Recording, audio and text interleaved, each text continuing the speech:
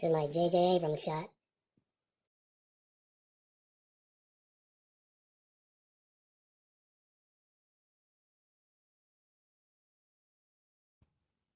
What I have here is a scrap piece of 3/4 inch copper pipe that I have left over from another project. I've cut off the end. Before I cut it off, I split it down this way. What I'm going to do is flatten this out and then make it into caps on each end of this. But I didn't have any sheets of copper, so I think this will work. I've taken a little bit of time to lay this out in a way that I think will work out well. What I have is, this is right on the center. There's a 4-inch gap in between each one of these. I'm going to leave this 1/4 inch little bit of copper in the middle. That way I don't have to worry about this expanding or shrinking in. And then I wanted this to be thicker, or wide enough that I can get the LED lights in there without any problem.